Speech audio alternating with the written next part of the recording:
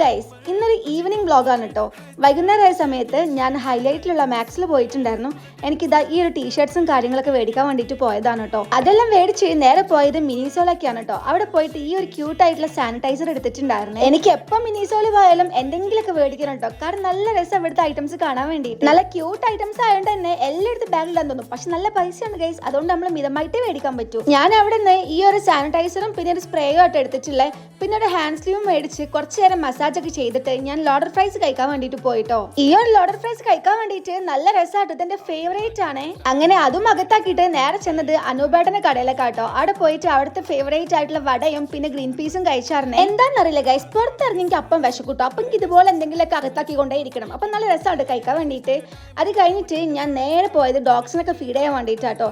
എല്ലാവരും തപ്പി പിടിച്ച് എല്ലാവർക്കുള്ള ഫുഡും കൊടുത്തിട്ട് ഞാൻ നേരെ വീട്ടിലേക്ക് പോവാണേ. സോ അത്രയുള്ള ഗൈസ്, വീഡിയോ ഇഷ്ടമാണെങ്കിൽ ലൈക്ക് ചെയ്യാൻ മറക്കല്ലേ.